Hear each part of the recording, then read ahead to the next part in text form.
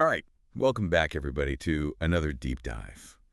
We love to just pick a topic and just go deep on it. Today, we're going to go back in time and visit Mayberry, the Andy Okay. Griffith Show. That iconic town, symbolizing simpler times, good old-fashioned values. And we're going to kind of look at how the show created that world, that feeling. And we're going to uncover a surprising discovery that modern technology has brought to light. And it might just change the way you see the show forever. Yeah, and it's interesting because this discovery wasn't really intentional. It's kind of like, it's a byproduct of just the advancements we've made in television technology. It's kind of like if you think about a painting that's been hanging in your house for years, and all of a sudden the lighting in the room changes, and you see something in that painting you never noticed before. Right. It's kind of like that. Yeah, yeah. Oh, absolutely. Okay, so let's set the scene. Picture this. Season 3, Episode 24, Aunt Bee's Medicine Man. Okay. And we're in the sheriff's office. Okay. And you can see, like, Main Street through the open door. Right. Okay, now classic Hollywood used a technique called matte painting Yes. to create those background scenes.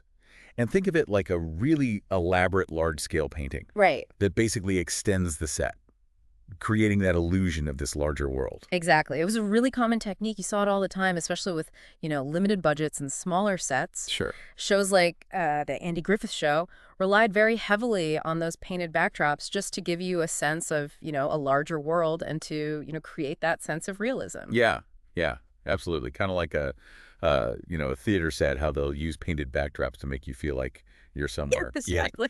Yeah. But here's where it gets interesting. In high-definition restorations of the show, something goes wrong. Uh-oh. With that Mayberry street scene, the street just stops Oh, really? abruptly Yep. at the edge of the soundstage floor. No. No blending.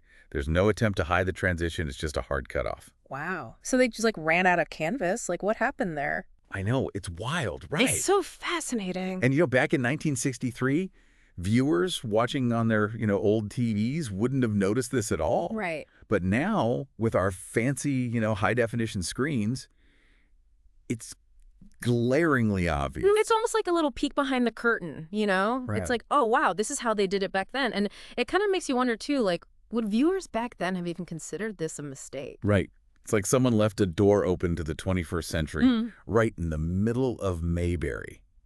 It's so funny. It makes you really wonder how audiences perceived these kinds of techniques back then. Did they even notice those imperfections? Right. Or did they just kind of, accept them as part of the experience? Right. Yeah, and I think back then the illusion was enough, Viewers were just really drawn into the story, the characters, the emotions. And you know what? It really is a testament to the power of storytelling. I mean, imagine the skill it took to create that illusion with very limited resources. And, they knew the audience wasn't going to notice these little imperfections, especially with the technology that was available back then.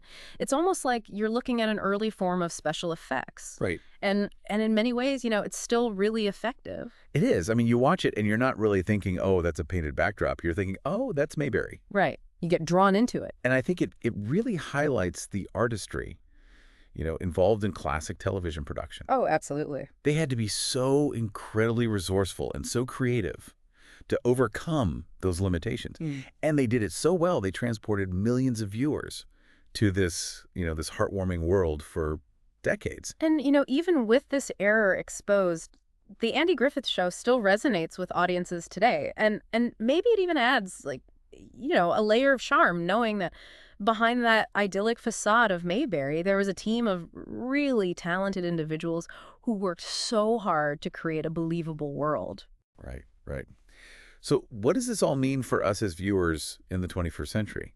Now that we know about this error, can we still enjoy the illusion of Mayberry?